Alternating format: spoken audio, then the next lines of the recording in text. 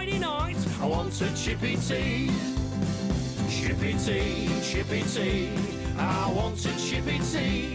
Oh, you keep giving me posh, no, she don't agree with me. I don't want lobster thermidor with raspberry Kool-Aid. It's Friday night, I'm within me rights, I want a Chippy Tea. Got any issues? Right, all good. Ready when you are. Right, let's go, because we've actually got a good internet connection now, so... Yeah, now that you're back home, we should be fairly consistent and solid. Right, here we go then. Hold on Unlike tight, your stools right now.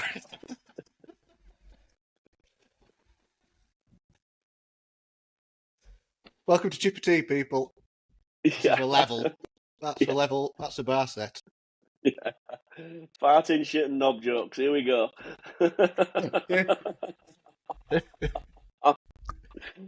So, we can welcome to the Chippy Tea podcast. This is episode 88. Say it after me, Danny. 88. No, 88 of the Chippy Tea podcast. What is the Chippy Tea podcast? It is your chance to catch up with a video call that happens regularly between me, Tony P at Palm Print, and Danny D, Flippin' Sweet Pink Go. Hey up. There we go. You can welcome to join us as we have a quick catch up about what we've been doing this week, what's been hitting the headlines in a screen print world, and basically what's been happening to us. So we're a week out from Christmas now, so Pretty much 7 days to go. we'll throw it over to Danny and we'll give you a quick. What have you been up to this week, Danny? Wrap it up. Not presents. Wrapping up orders. Oh, This see what is- you did there. I'm on it, yeah. I've had Smooth. half an energy can, and that's it. It's all coming. Just wrapping up the year. It's probably the first year that. So last year when the auto came, hang on, I'm going to sneeze. It's gone. It's awkward. Yeah, now you So- just look weird. Now it's a little weird, don't I? So last year I got the auto. Was it November time? And I said to myself, I can't wait to get to the auto, get caught up on orders, and then have the option of just getting a few last minute orders in because I'll be caught up on time. You know you could And eat something. Yeah. And it never happened. The learning curve. I was probably printing not much faster than I was on a manual when the auto came. It took a few months before things started speeding up, and I was chucking jobs on and off the press in quick succession. But this year I got caught up, finished printing Monday, the very last order of the year went, and I thought, well, I've got a couple more days left. Put feelers out, put a little offer on the table, and I got a chunk of orders in. So today at 12 o'clock is the deadline. I've got a bunch of orders laid out on me, printed out. On your mood board. On my mood board. The orders of various colours going in at 12 o'clock, bang on. Anybody who ain't putting orders in going to miss out. And then tomorrow I'm going to stand at the press, bash out a bunch of one colour jobs, and then that's it, done. Awesome. Go home, eat a load of turkey. So what? You touched on something there, which I think will be really interesting to anybody thinking about going from manual to automatic. I've not got much experience in it, so you're the expert on this. You said it took you a couple of months to go through the learning curve. So let's say you go through the learning curve, you're at the other end, where you are now. Can you give me a percentage of how much faster you can process a job now? Right now? Yeah, just roughly. Yeah. Believe it or not, it's come on this month. This month, the percentage has gone up. How much faster? 3 or 4 times. 30%. Oh, 3 or 4 times. Like more than double. I couldn't do... Tomorrow I'll probably be doing between 10 and 20 single colour jobs. Tomorrow. Yeah. That's in a day. That's probably a week on manual. I couldn't do that. Right. Like it's 2 or 3 times faster at least. But now, so what's happened when I say it's come on this month? This month, I made a change. I switched inks. I switched to a new ink system. And that's Have you said goodbye to Waterbase now? Or? Do you know? Quite possibly. I'm almost ready to put nail in that coffin. I think I might be. I think one of the things that was sort of making me unsure was printing on fleece. I wasn't getting great results on fleece, but I've made some changes, and now I'm getting a lovely, soft, smooth white print flash print. Well, no, not print flash print. Sorry, I'm using highlight screens regardless now. Even if it's just a single color white, because I'm getting a much better result with using two mesh counts. Two different geometer blades as well. That makes two sets of printing parameters. One's going onto cotton or going onto fabric, which doesn't want to accept the ink, or the other one's going onto a nice smooth surface that you're prepared to accept ink. So you've got to treat them differently. Yeah, I mean, to me, the deal breaker was how close could I get to a water-based finish? And honestly, when it comes to putting on shirts, it's better. My finish is better than what I was achieving with V2 right now. You can laugh, but it is. I'm not. No, honestly, I'm not. I've never been closed off to water-based being better. Yeah. They are different, and some people, when they make the comparison between plastisol and water-based, are often thinking of the water-based of the 80s and the plastisol of the 80s and 90s, which was difficult to use, which was bad for the environment, which was sticky and hard to print. But the people who make the plastisol, they're talking. I think even something like a £9 billion company. They're not just going to sit back and accept that they're losing customers to water-based because they're environmentally friendly, softer feel, easier to print. They'll make their inks more environmentally friendly, easier to print with a softer feel. Because if that's the trend. Now, if the trend was everybody wants to feel like the 1970s harsh, plastic, shiny print, they'd make their inks like that. Yeah. They react to the market. They react to the market. I think if you bring... bear with me, I'm just going to blow my snotty nose. Classy. It's all right. You know your camera followed you there, don't you? It did, didn't it? It's all right, I can edit this. I'm in charge. Especially now when you bring low cure into the equation, because then the power consumption argument becomes even stronger. I can't cure V2 in a short space of time and use as little power as I do to cure the low cure plastisols that I'm currently using. What brand is it? What did you go for? Rio. Epic Rio. Wilflex Epic Rio. Wilflex Epic Rio. And what's the curing temperature? Let me get my job sheet. Got it on my desktop somewhere. I think it's 145. It is. That's what I'm wanting to say in my head, but I thought I don't want to say it and look like a dick and get it totally wrong. I think it's one. You know what? Let's just go with 140. I think it is. I'm pretty certain it's 140. So that's typically you're looking at 165, aren't you? We're gonna have to pause. Oh, go on. Your dog's been an arsehole. This is such a classic Chippy Tea. You knobhead. You were fast asleep. Come on. Cock. Where's this snotty nuts come from? I think I've caught your cold, Tony, so I won't like this before I came on. Video link. Yeah. What was the question? Oh, yeah, so 140. So I'm pretty sure. I think it's about 140 as well. Yeah. Which means, when we take off 20, 25 degrees off the curing temperature, we either have a shorter dryer or we use less energy, which most of the fabric we're printing on is temperature sensitive. So that helps us there. We've got less flash time. I think the gel temperature stays around about between 80 and 90, I think. Yeah, I'm going to say, I think with flash time, I'm maybe marginally less. There's not much in it, yeah. Not a lot. It's more just for curing temperature. And I know that when I first switched over and I didn't adjust my dryer at all, chucking them through as I always have, I was getting a little bit of gloss. So I knew I was over curing it slightly. And dialing it back that fraction, I'm getting such a lovely matte finish now. Not fully matte, obviously. Never going to get fully matte.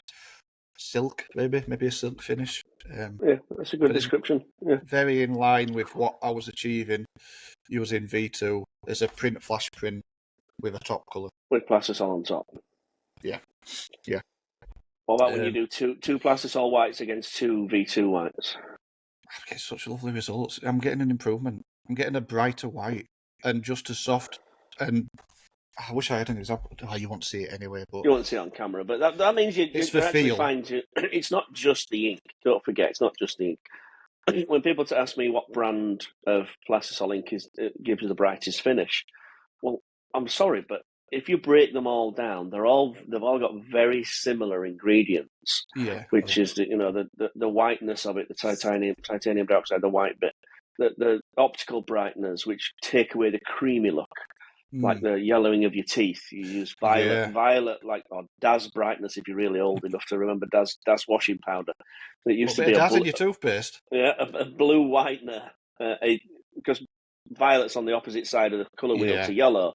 So anything when it's got a creamy look, if we put a bit of blue in it, violet in it, it makes it look cleaner and brighter, cancels it out. So if you look at all those ingredients with the dye blockers, the drying agents, the stretch agent, the flash agent, all those things, they're all pretty much the same. It's just a matter of consistency. And then it's how you use it. Yeah. You know? I've had quite a few different pots of white to test. And I'm finding them like same as each other, honestly. I'm getting the same result regardless of which I'm using at this point. What that means, Dan, that means your printing technique has improved. Your control of the parameters has now got better. You've got rid of all those variations, and you're nailing them down so that it almost doesn't matter what brand of ink you use now, you are in control of it. That's great news. That's fantastic news, because very often we think it's us, and it's not us. Oh, honestly, I can't. Genuinely, I said to her last night, I almost got borderline emotional. I went home last night and I said, I can't believe how happy I am printing. Like, I'm doing print jobs and I'm like, God, that's such a fun time, and I'm so happy with the results. I put a shirt on, and the very last shirt comes out absolutely identical to the first. It's unbelievable. And I thought to myself, I can't believe all these years I didn't realise there was a problem and it was dragging me down, and I wasn't getting that sense of pride, and I wasn't getting any enjoyment out of what I was doing. I knew I loved printing. I knew it was in me, but really, if I'm honest, I hadn't enjoyed it for a lot of years now, and I've realised stress has gone. I did have what? You did have that pride. You were always proud of what you printed, almost to the detrimental point. Yeah, definitely proud to a fault. But oh yeah, it's not through lack of pride. It was just there was so much stress involved with every single job, no matter what job it was, and consistency was so difficult to achieve because at the end of the day, the base ink was constantly fluctuating on press. It fluctuates. Water-based fluctuates. You have to top it up. You have to freshen it up. You have to have a mister. 20 prints or a missus. 100 prints. It's a different consistency of ink. It's what? Or a missus. You can't just have a mister. Oh yeah. See what you did there. So yeah, look, I'm so excited for this coming year because it's took me the duration of this year with the auto to realise I needed to make a change. And I finally got to, a year down line, end of year, this past month or two, making those changes. God, I'm so happy with what I'm printing now. I'm so happy with how easy it is. Nothing goes on that press. So obviously we always want to print better, but are you printing more? So here's the big thing. Here's the final box ticked. The big revelation.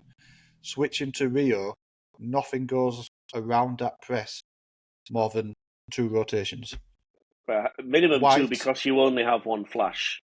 Your flash is not in the print head, so that's why it's got to go around twice. Yeah. So if you had a conventional setup where you could flash straight after your base white, then you'd only go around once. One lap. Yeah. So basically, if I'm printing anything that's a light coloured garment and it doesn't require a base, it goes around once.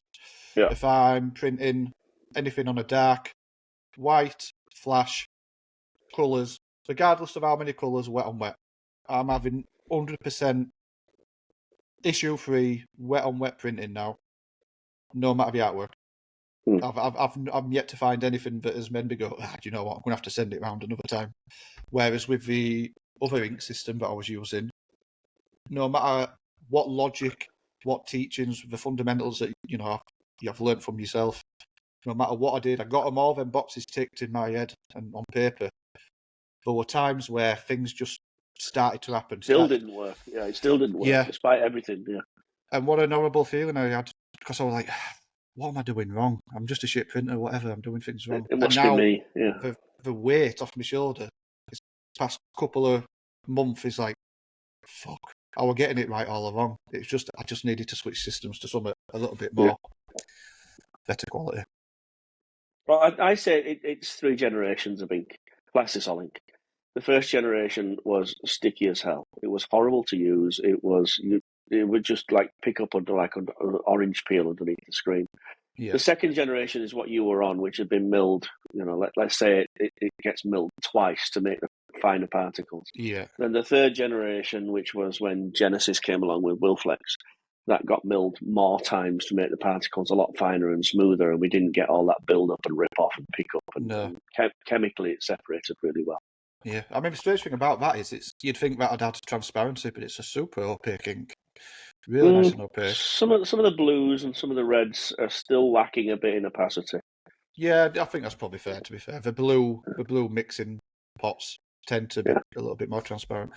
But there are tricks you can use. You can use a darker colour, you can use black, you can use white to give faux opacity, fake opacity, if you like. Yeah. I mean, I created some fluorescent colours last week. And you know that fluorescent yellow on a white base, you're just like, you're going to see all that texture and grain. It's 6 times. Yeah. No, but I didn't. I got a really good result. You could probably see the slightest bit of heavy in, but it's so slight that you wouldn't possibly question it as a consumer. So I'm so happy with that change. But yeah, twice around, no matter the job, all of a sudden my workload, I can go through it so much faster. So when I was saying there's a big chunk of percentage just turned up this past month or so, there it is, wet on wet. I can do it now without any fear or any stress, or so. So next year, really be unbelievable. Yeah, when you get your second auto in there. That's the plan. It's in there. It's in my 5-year plan. Probably sooner than that. It's actually, this would be a good fun little game. I want to make an episode out of this, but as a fun little game, what would your ultimate press be? Because I know what I want next. Probably 10 or 12 colours. I've got a configuration in my head, but I'll be curious to see what your ultimate configuration would be. Well, most people go for a 10-12. For me, it's not enough. Lately, of all the presses I've used, a 14-16 seems to tick all the boxes for me. So that's a 14 print station, usually with 2, maybe 3 flashes. Yeah. This gives me my opportunity of rolling first or putting a black first. So it would be 2 empty stations and then a flash. Right. Yeah. Instead of the typical one print flash. Station flash and then a roller after that, I'd be 2 empty stations first, then a flash, and then a print and a flash. I'm really, really falling in love with 2 white bases. 2 Plastisol 90T bases mean you don't need a top colour. Your colours are super opaque, and for me, if you keep the mesh count really high, you don't get that hot stickiness on press. That is such an interesting thing, because I've always been of the assumption that we can't do that. With V2, I got away with it, even though you're not really supposed to. I would hit it twice, and then I'd put colours on top, and because the water base was so thin, you didn't have any curing issues, but you were getting a solid white, and the colours, like a fluorescent yellow, looked great because of that. But I would never dream of doing that with Plastisol because of the added thickness. Yeah, but if you're using high mesh counts. Right, that's very interesting. Mm. I like it. It works. It almost brings back the forgotten mesh count that everybody's. It's like 77s. 77s, yeah. Yeah. They've been forgotten about. They've been pushed to the side a little bit. Everybody goes straight from 62 to 90, but there is this 77 stuck in the middle. We're having a shift now. So one of the things with the Reels system is it'll print for a 120 no problem. Yeah. So we're almost shifting up one with everything. The 90s will now be 120s. My base is typically a base is 62. I'll probably stick with that, to be honest. Let's have a quick for anybody listening in Americanese. Americanese.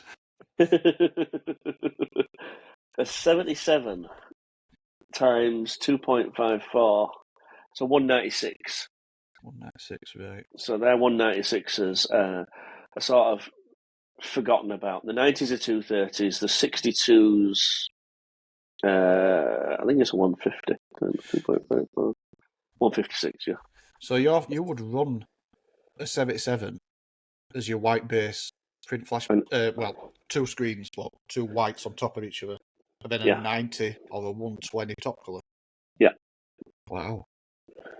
So when you're running two whites, don't you run into registration problems? No, you make them exactly the same, and you make sure that everything's, it goes back to it's never one thing. But if we go back to making sure the tensions are good, making sure your registration's good, your off contact is matched, then there's no reason why you can't get these two to lay perfectly on top of each other. But you make them exactly the same. You don't cut back. No. Well, this is where one of the things I had with V2, if I did print flash, because the ink's evolving, it's always changing. It's basically from the second you put that ink in, it starts to deteriorate. You can top it up and freshen it back up, but it's a constant drop, lift. That consistency is changing. And when you were printing print flash print, that second white could a little bit later down the line start to stick. Starts to lift, yeah. And that was a fight. And so when I talked about the stress was fighting that issue, constantly fighting that issue on press. That's why even print flash print white on a black t-shirt, 100 t-shirts, as little as 100 t-shirts, it was stressful. Yeah. So I made it work, but it was just a constant pressure. There was no enjoyment when you're under that. Maybe you get a bit of a kick out of a bit of pressure, but for me it was just stress that I didn't really need, and I didn't realise how much it was affecting me. But so when you say print white on white and then top colours, that's immediately where I went to, because I'm thinking back to the problems it caused.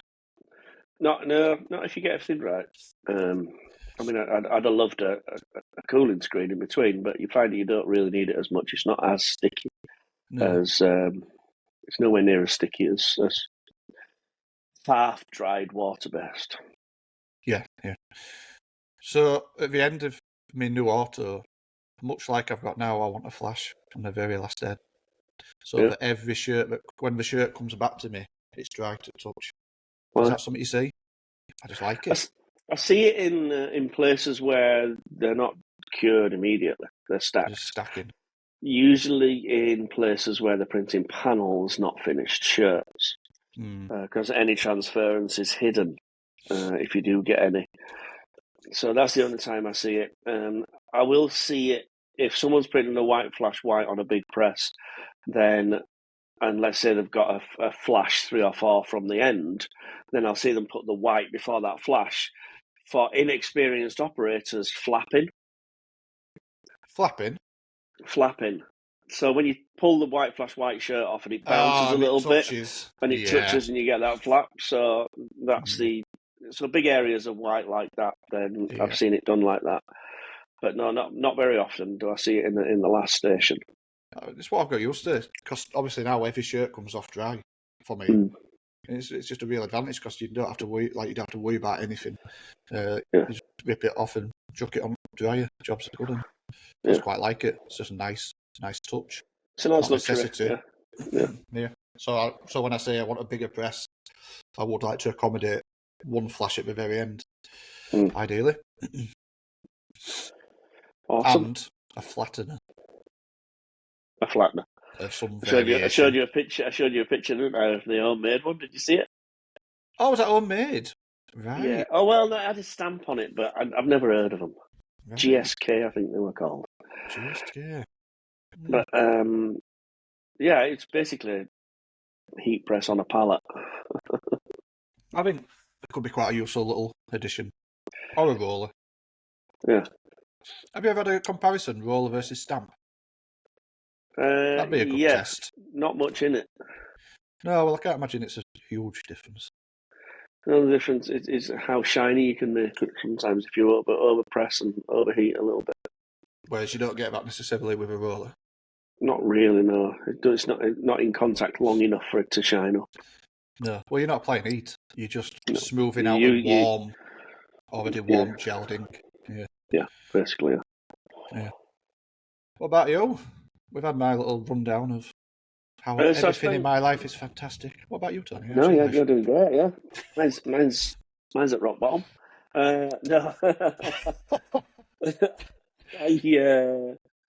Where was I last time we spoke? I've been to Portugal. Portugal, that's right. I've been to Portugal and done everything in Portugal. Met up with our mate Ricardo and some people at KTK and doing some bits and pieces like that. Then I went to Belgium to visit an old customer. I say old customer, I've seen him twice. He's got 3 presses. They're all very old.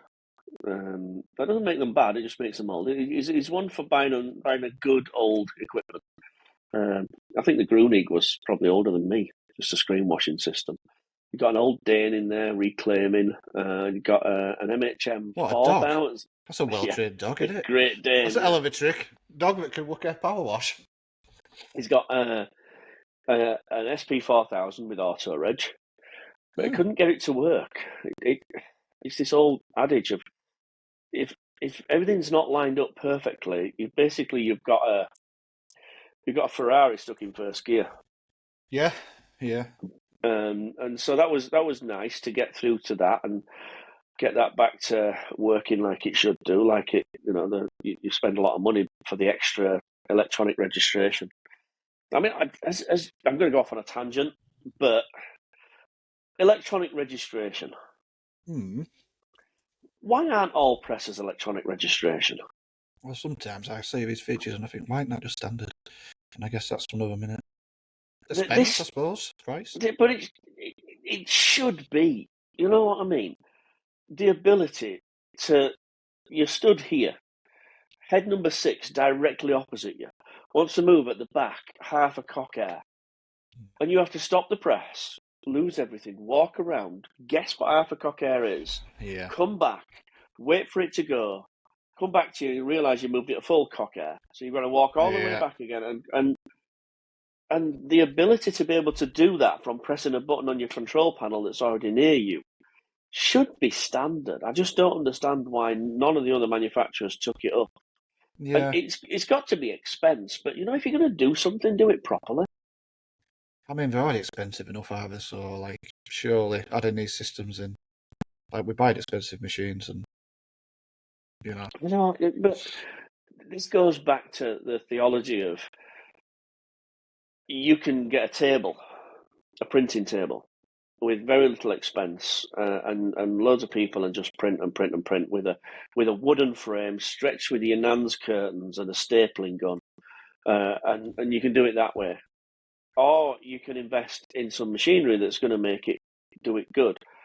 When I was in Portugal, I saw those sort of like Balenciaga and Moncler shirts being printed. So they were doing everything properly, correctly, like you should. It wasn't all what. I saw a tweet, it's a tickle you. I saw, not Twitter, Threads. I saw a Threads post, and somebody had put something like, people in the t-shirt industry, can you help recommend a good machine to print t-shirts? And somebody put, you'll know what it is, I'll tell you later. Somebody put, it all starts with the screen, dot. I thought, you pretentious prick. Just tell them a good machine. You clever dick. Not trying to be a clever clogs. Just tell them a decent print machine. Tell them a good brand or something, but it all starts with the screen. Yeah, but if she buys a good screen and then like holds it off him, it's not going to do fuck all, is it? So Put this T-shirt on. Let me hold it against you while I print on your back. Yeah, no. anyway, sorry. But yeah, thought that was funny. Yeah, so I was in Belgium with this thing, and my remit was, first of all, screens. So we had to concentrate on the screens. We're having some real big problems on screens. Now, I've been to this place before, and one of the major problems was they weren't getting bright whites because they had very thin EOM. There's something about the word EOM, the anagram EOM. It just sounds pissy and pretentious. Like, you know, you should know what that means. I'm going to use this an acronym because you should know what it means. No, how thick's your stencil? So this was all about how thick the stencil was. And last time I visited, the stencil wasn't thick. And they suggested coating the screens once with a 2-on-1, letting them dry, and then coating them again with a 1-on-1. Now, I said, yes, this will work, and this was the old-fashioned way of doing it. We were doing things by hand, and we wanted to get a high build. That's how we would do it. But it's very time-consuming, so I don't recommend it. Anyway, fast-forward a year, that's become their default. Right. Now, as much as I'm sort of like saying, I don't like it because it's not the most efficient way of coating a screen, I mean, the stencils were awesome. They were really good. They were beautiful, crisp and clean, and a good stencil thickness, a good EOM, really. Right. Good gasket for the ink. But then when it got onto press, they were smashing them to death with hard blades, straight up angles, and pushing it through to the other side. So it was a matter of everything being put together, which hats off to them. They did a great job, and we did everything great. But one of the things was the emulsion was falling off the screens. Oh, right. I mean, falling off. And is this? Do you think this is that second layer? Do you think? Well, initially, I was thinking, God, maybe there's just a lot of emulsion, and it's not been in the dryer. You know, the dryer's cold, and it's been allowed to just slide off. Then it just looked like a humidity problem. So, what's the humidity in the screen room? Don't know. What do you mean you don't know? Well, it's just the same as it's always been. And I'm like, okay, well, get a meter. Let's find out where it is. Turns out it was piss wet through. They were degreasing the screens in a cupboard with no extraction. So they're drying them, and then straight away taking them out of that cupboard, coating them, and putting them back into the same damp cupboard. So there's a lot of water in the air. It's I think the word's hygroscopic, like a sponge. The emulsion pulls the water out of the air. Yeah, it does. So, absorbs it. You really want ideally below 50. Below 50% would have been perfect. Now we put a dehumidifier in there, one that extracts water, and it worked a treat. And so we knew that's what it was. So that's not a problem. The issue I got, and I've got to admit, I've done this a long time now, and I don't hear the phrase very often, but I got well, that's how we've always done it. Yeah, a lot of and basically I've been doing this for 20 years. What's different? I've always done it like that. I've always dried them in there. Why is it falling off now?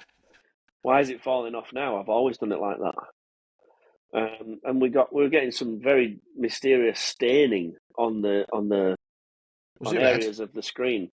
No, it was almost where the emulsion wasn't sticking in areas. And then when you start to look at the process, you go, okay, show me what you do. I put it through the Dane machine.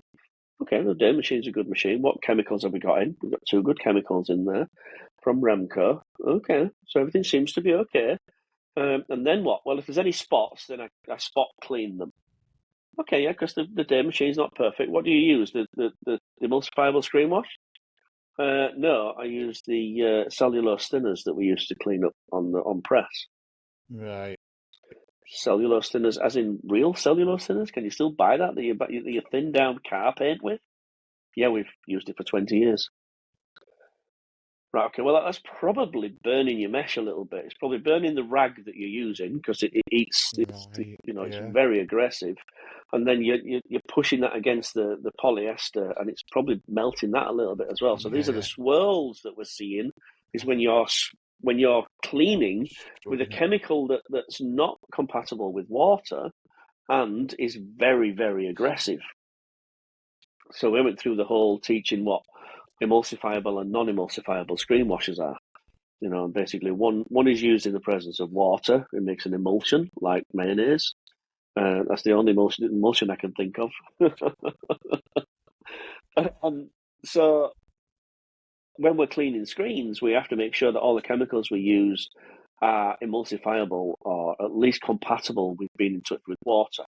Now, they're expensive and a little bit greasy, so I can understand we don't want to use them on press to clean squeegees. So that's why press wash exists, or fast opener, or anything like that. Even cellulose is great for cleaning squeegees. There's nothing wrong with it, apart from it kills the operator. But other than that, it's fine. You can always get a new one of them. Yeah, you always get another kills one of the them. Operator. So I turned that off once. Yeah. So it's a matter of making sure we've got the right chemicals. And I got, again, the response, but I've used cellulose for 20 years. Why am I getting the problem now? That's what you're here for, Tony. Find out why I'm getting the problem now. Well, it could be something as strange as the people who make the cellulose have changed the formula. It could be anything. It could be all the other chemicals in the shop. You know, formulations are changing all the time. But they're actually improving, really, theoretically. And maybe this big harsh chemical's just not quite happy. There's probably an ingredient in there that's not allowed to be sold anymore, so they've substituted it with something else that's actually aggressive to polyester screens, because that's not what it's designed for. It's designed for cleaning car panels down before you spray them. Yeah. So it hit me a little bit, because that's the first time I've heard but this is how we've done it for 20 years. Oh, yeah, but you've got to admit that something might be wrong somewhere else in the chain. So at the end of it, we solved all the problems. We got some printing wet on wet done. We pretty much, I thought I'd turn that off. We pretty much nailed everything. And then for some reason, reactions off. Thank you. He wanted to know, what's the one thing that you've made a difference on that I was doing wrong, so that I know what it was. So I can't tell you. It's a mixture of all those little things throughout the line. Storing them in a moist environment was affecting the screens. Do you ever put the screens through the dryer and to dry them when you're in a rush? And of course the owner says no. And I've got the operator here going, yeah. Behind his back. So we've got a problem there. What's your ideal tension? Well, we don't know. Have you got a tension meter? Yeah, but we don't think it works correctly. All right, let's bring it out. Let's have a look. I brought one with me, and it was 2 newtons out. It was measuring too low. Should still get a ballpark though. Yeah, you just need a figure. Then it doesn't matter as long as it's consistent. It doesn't matter if it's correct. Well, yeah, you just minus it, can't you? Yeah. So, what do you get your screens stretched at? Well, they come to us at about 20. That's low. That's quite low. Yeah, they're always going to be lower. You're always going to lose that 10% on that first round trip around the factory, and then from then on, you're going to get lower. So we were measuring at 13 and 14 and 15, and a lot of the screens had sticking plasters on them. Really? Or just for little nips? Piece of vinyl stuck both sides and coated over because it's got a little hole in it somewhere. It's an instant knife for me, that, but I know. Well, and so I said, look, you're going to have to admit that we've got 30 euros in a screen. It's probably gone on the press 5 or 6 times. It's earned its money. Now it's got a nick in it, a hole in it. All right, it's not in the print area, but this one is. This one's low down in the print area. Yeah, but we just use the other side. I understand that, but it's earned its money. You've charged the customer a screen charge. You've made this screen so many times now. It's earned its money. You need to replace them. And he stood there and said, if I replace all my screens with the holes in, I'll go bankrupt tomorrow. Well, you should have thought that in the first place. You should have done you wouldn't have had that problem if you'd have done it there and then, instead of letting it build up and exacerbate the problem. And I'm like, if if screens are the reason you're going to go bankrupt, there's something else wrong with your business. You're not Well, charging. there's that as well, yeah. And we go back to the Balenciaga one where he's getting 6-7 quid every print stroke against the competitive market that screen print is, especially in promotional wear, where you're printing for 20, 30, 40, 50p. I had a brand new pack of screens turn up a couple of weeks ago. Fresh 90s, my big oversized screens. And it degreased them, coated them, burned an image on it, took it out of the rack and pinched it. I think I knocked the corner into another screen. You know, sometimes you're flinging them about and you're like, and I thought, you bastard. Not even printed on it, and it's got a tiny little pinhole grip in it. Put a knife through it. You've got to do. The problems on press are more expensive than just getting it remeshed. You know, it's not end of the world. It's unfortunately you have to do. Yeah, you have to admit defeat, don't you? But yeah, it's one of those things. Yeah. Sometimes you try to save and you try to cut corners and you try to drag things out for as long as it can, but it costs you more because it just causes problems on press. In the long run, yeah. This goes back to people not buying the right equipment and thinking they can get away with it. Yeah, it's a difficult conversation because you can understand when budgets are tight. I've been through it enough myself. Like, I've never had tons of money at my disposal to go splash out on all the best equipment. I never have. Yeah. But where I can, I get as best as I possibly can, within reason, and it pays off every time. Like the auto, the MHM Direct GB auto. I'm sure I'm having a much easier, happier time on that press, knowing that it's consistent and it's going to hold registration perfect every time, as opposed to going and getting an old battered whatever machine. There might have one or two dodgy pallets. Yeah, and it's same with pallets. I've just bought brand new pallets, had them custom made. I could have gone on used market and got some, but you don't know. You don't know if it's a little bit of a bow or a dint somewhere. There's places to cut corners, I guess, but when it comes to machinery and equipment, what's the point? You're only costing yourself out. Yeah, you're making your life. You're either costing time or quality at some point. Yeah, usually both. Yeah, if you're going to do something, do it right. Do it proper.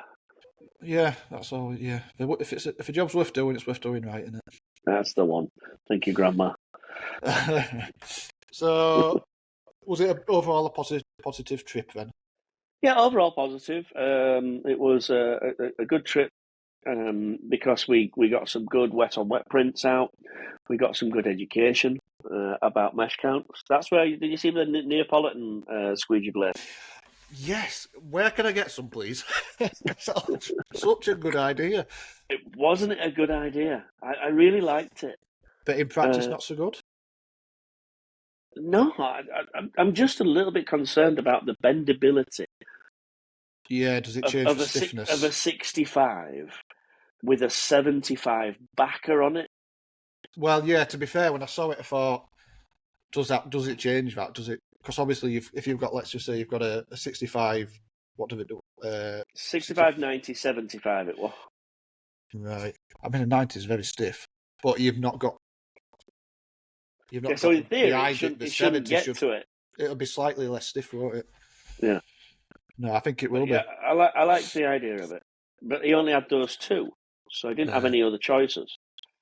So it was either a 65 or a 75. So yeah, the fact that people have between... The average shop has about 5 choices, from a squishy soft to a super hard. Yeah, I think that's why. I think I've got more, but I don't use more. I did have some 85, 90, 85s, and no 85. matter. Yeah, 85. 85. 80. Remember where you used to come from? 80. How would you say where you used to come from? I can't remember. I've 85. Ailey's corrupted me.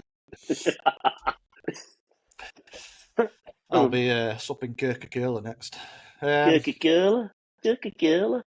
The trouble with it, do you know, part of the printing a good white was, obviously upping your blades. But no matter what I did, as soon as you start putting 85s on, you're getting those impression marks. No matter how much you back the travel and back the pressure off, It's very stiff blade. you could never find it. Could never find the sweet spot. So otherwise, it made a bloody beautiful print. You just have to live with 2 lines going outside your top. Yeah. So all right then, Tony. Let me sit down. Let me get my notepad out. It's time for a bit of therapy. What happened in America? So, the long story is I shouldn't be here at home with the dog. I should be in Texas getting the screens ready for Long Beach Expo in January 25.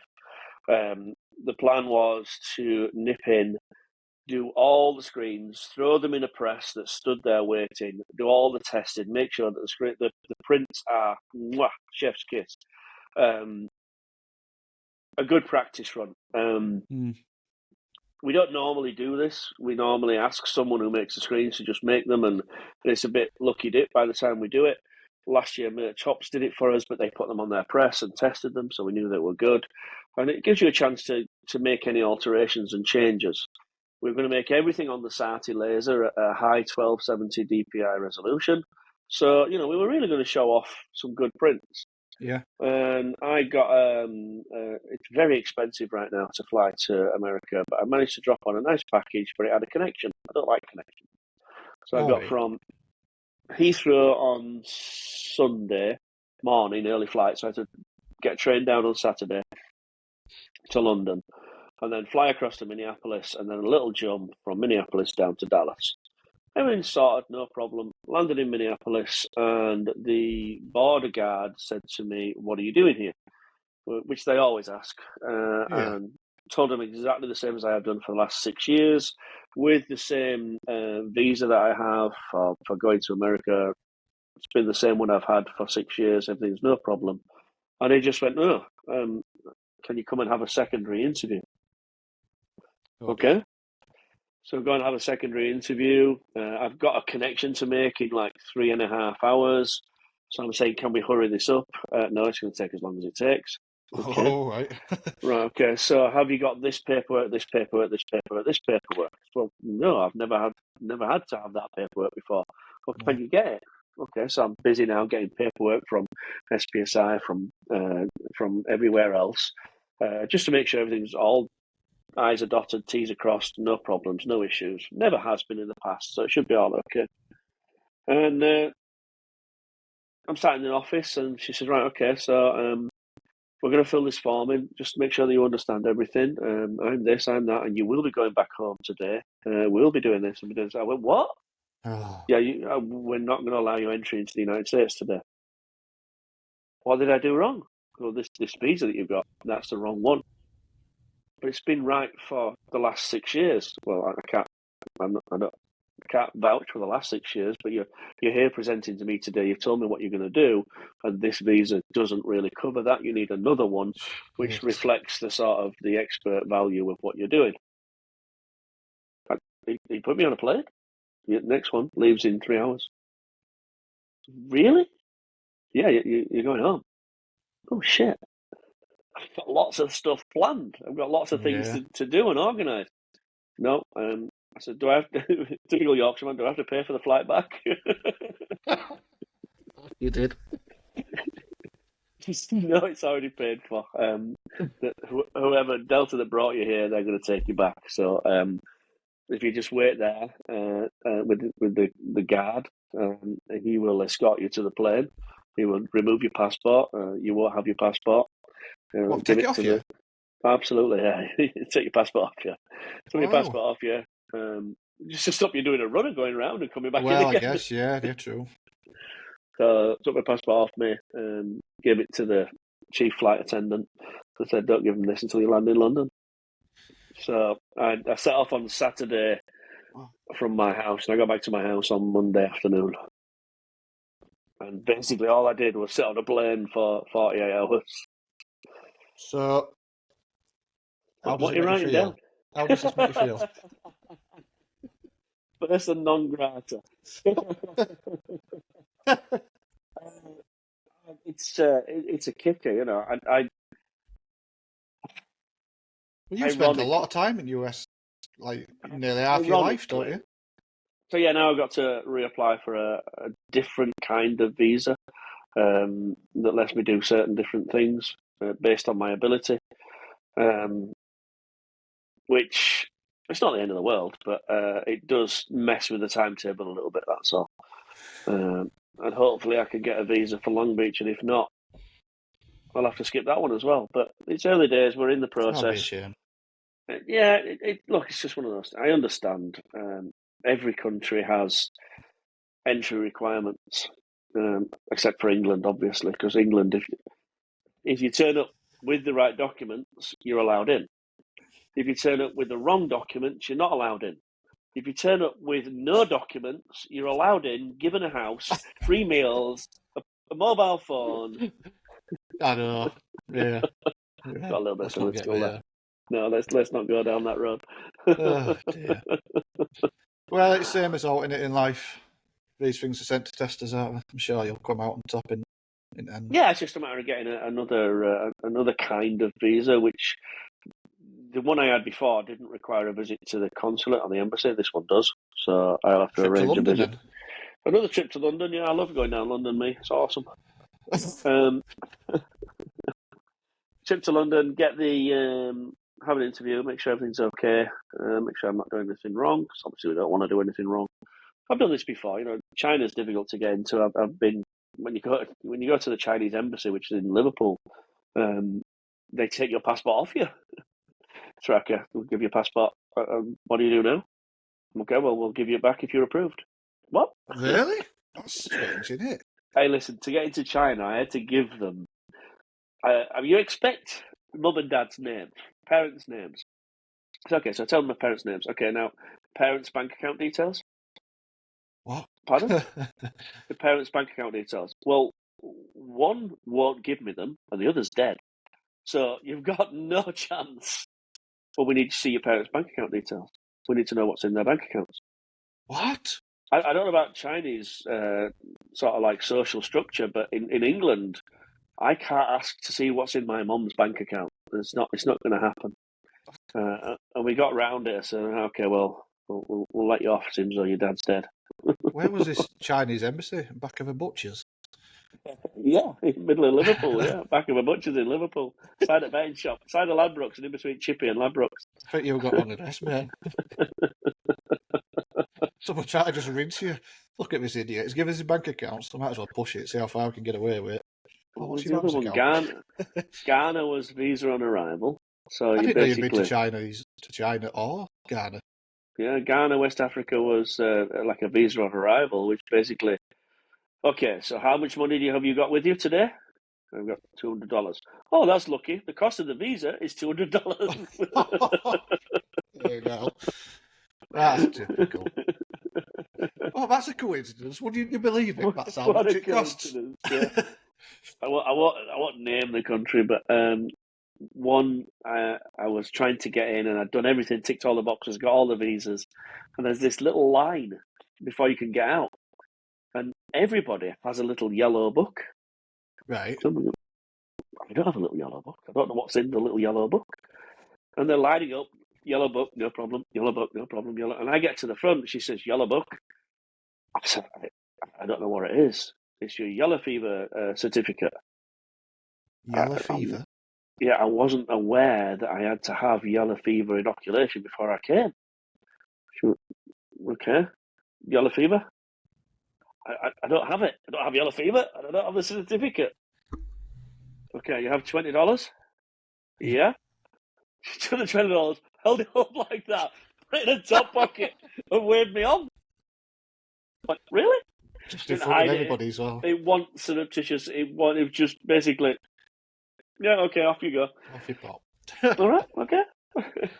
I didn't try that in Minneapolis, by the way. No, probably not. Probably a bit of a gamble, that. Yeah, it would have been definitely a bit of a gamble, yeah. I've got £10 in this pocket, sir. Yeah. Are you sure about this visa? This little £5 Queen's winking at you. It's even a vintage note. Nowadays it's got kings on. Wouldn't have worked. Mine is still white, mate. They don't come out of my pocket very often. I'd cash in a long time. The drug dealing business has dried up, so it's all digital nowadays. Venmo. Yeah. So I guess it's a bit of a. Well, you're back for Christmas now. A bit of a reevaluate and come up with a new set of plans as a backup, just in case you don't get the visa and you can't go back.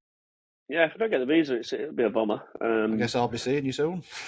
Yeah, I'll be around. With some Need some eyebrows. work. Need some work in England. Yeah. We've still got that to do.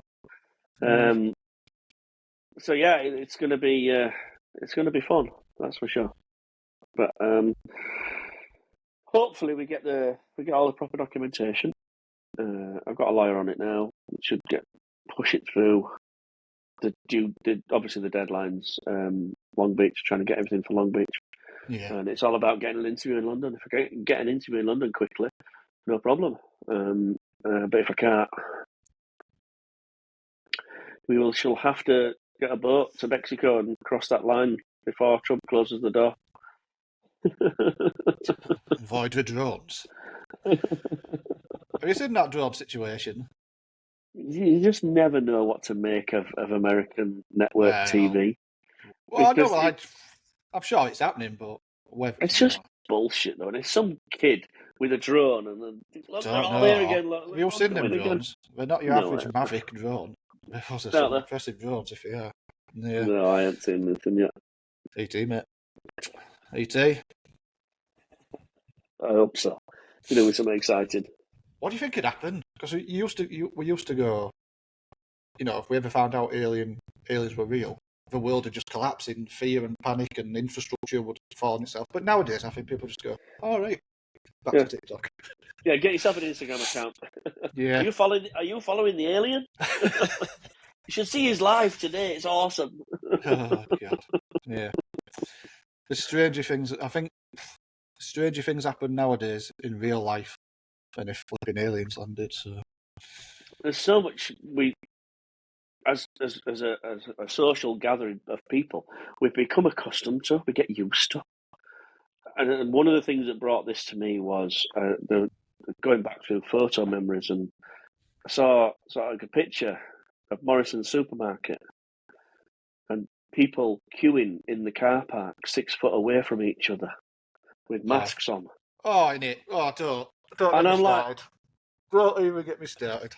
Did we really fall for that? Some of you did.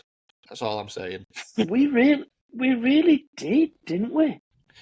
Yeah, you did, some of you. Quickly it became normal. And it did. It just became normal to go stand.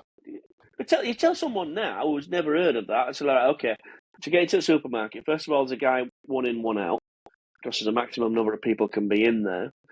Second of all, you have to be 6 foot away from the guy in front of you. What's 6 foot? 2 meters. All right, okay.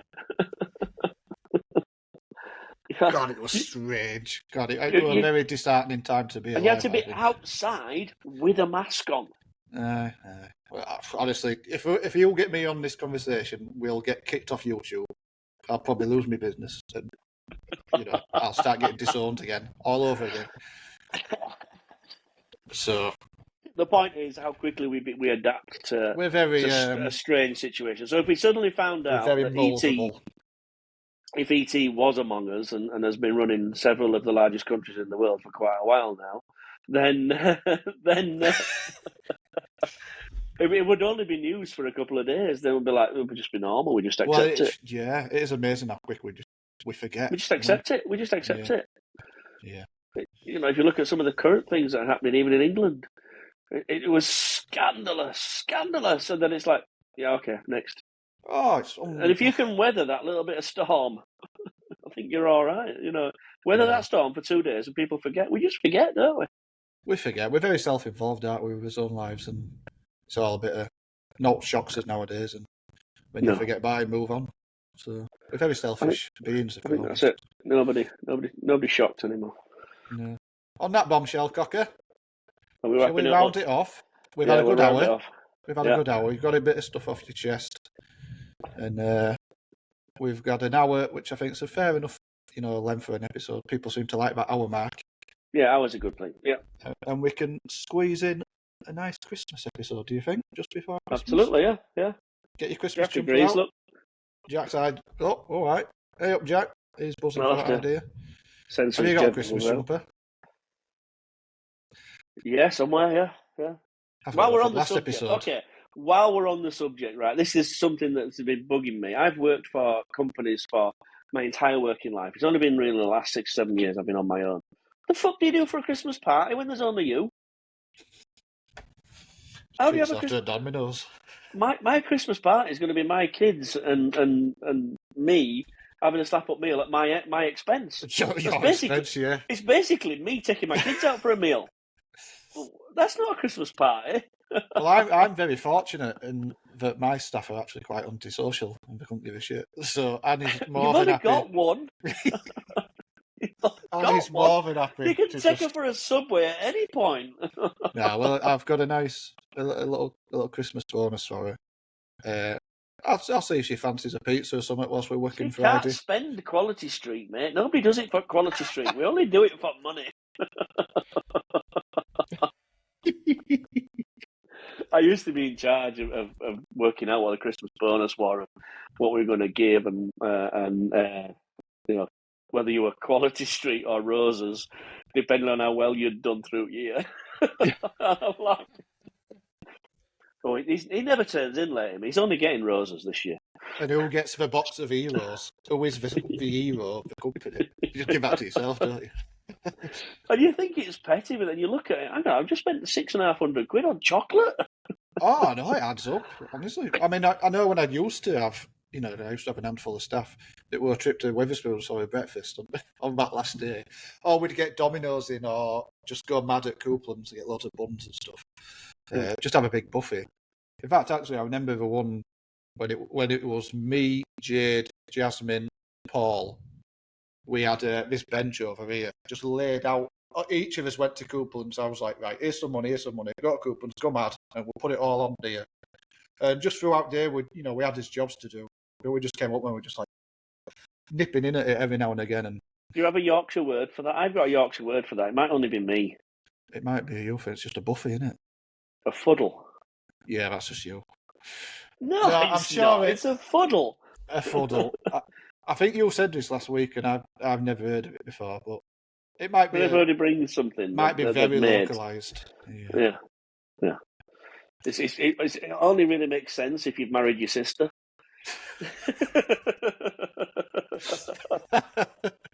Have you ever been Texas like? We love a fuddle in Texas, don't they? Oh dear. Sorry, Texans. That's me not You're an doing easy it target. again. Cheers. Yeah. That's not me, I properly wrote off. Yes, it's gone, yeah. Oh dear. Right, I've got some last minute emails to do because I've got a 12 o'clock deadline before I can audit stock, so I better go get them out at work. Sent off. You have been watching me, Tony P from Pound Print, and Danny D, Flippin' Sweet Print Coat. I'll see you. Join us next time. Yeah, join us next time.